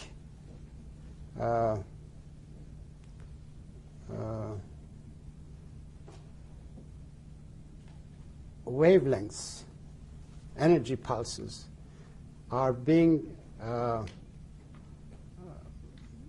focused and beamed and programmed to take over the brain's own electromagnetic fields. And by doing so, the government can influence the person into performing a function that would not be desirable. I've explained that in the book ABC of Asthma, Allergies, and Lupus, that your face actually is a receptor dish, and it constantly is tabulating information that it receives from its environment. But this is good information. The government has learned to use this portal of entry into the brain by producing pulsed energy to overtake the body's physiological functions. For example, in fact, I had a talk with a military officer who was in charge of this. He said, yes, this is actually the case. We are using this as a non-lethal battlefield means of neutralizing the enemy soldiers. That's what they're doing. For example, the person will completely lose control of his or her bowels, or lose a volition to fight and would put down his gun and go away. In fact, this gentleman, this doctor, thinks that they used it in Desert Storm, and they incapacitated Saddam Hussein's imperial guards, or guards, revolutionary, what guards they call them anyway. And that's why we had no casualties. These people put down their guns, and all of them came out as with their hands up. This is a way the body can be used, and its normal functions overtaken for an ulterior motive and a purpose. There's a doctor by the name of Julia Ross who wrote a book on the diet cure. She's out in California. She's been using amino acids to help Indians on reservations become less addicted to the substances that they're addicted to. So Yes. Is there a need to increase your intake of amino acids while you're trying to balance out your diet, or is water and salt enough? No.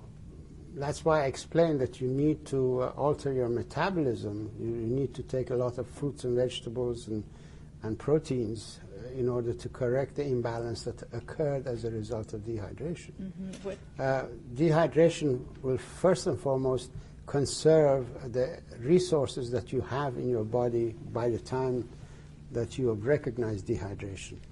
And then you need to supplement in order to fight the deficiency. You have to correct the deficiency. Initially, the mineral deficiency, magnesium deficiency, and zinc deficiency, and selenium deficiency, manganese deficiency, and all these other metals that go to manufacture the enzyme systems. And then you need the essential amino acids as the building blocks. And so it would be good to take those and water and salt, and then eventually move to the diet, get it from your food. I suggest that water and salt and food is a better order. Individual amino acids are useless, excuse my expression, because the body has a guillotine system. It cannot have one peak off. It cuts the head off. Everything has to enter the system in a balanced proportion. Okay. If you give the body a lot of tryptophan, it's not good for you. You produce a whole lot of problems. If you give the body a lot of tyrosine, you produce aggression, and so on. But a balanced mechanism. For example, a lot of people talk about juicing.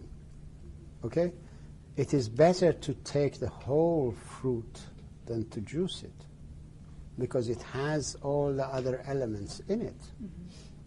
So the best source of amino acids are? I have given a lot of explanation in this book on the amino acids. Eggs, the best source of amino acids. Don't be frightened of cholesterol. As I explained, cholesterol has absolutely nothing to do with what goes on in your blood vessels. Cholesterol is manufactured by the body. The cholesterol that you take doesn't add up to the cholesterol that you've got in your body. There are people who take 24 eggs a day and they don't have cholesterol. I eat a lot of eggs and I don't have cholesterol. Cholesterol is produced by dehydration in the body and low energy levels. So add up your energy level and you won't have any cholesterol problems. Learn more about restoring and maintaining your health with water by reading Dr. Batmanghelidj's books, Your Body's Many Cries for Water, ABC of Asthma, Allergies, and Lupus, and How to Deal with Back Pain and Rheumatoid Joint Pain. These books contain vital information about water, salt, diet, and exercise, ingredients to vibrant health and well-being. Order them today.